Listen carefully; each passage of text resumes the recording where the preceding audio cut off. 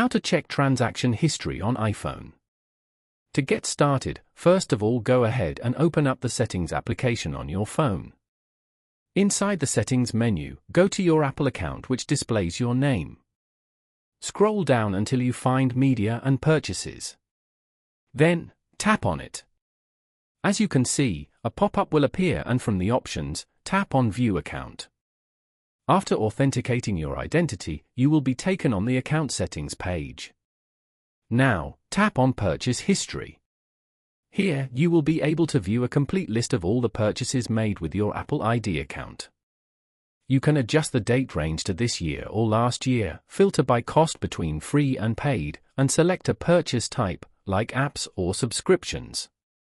Once your filters are set, tap Apply at the top right as shown, to see the results. Following these steps, you can easily check your transaction history on an iPhone.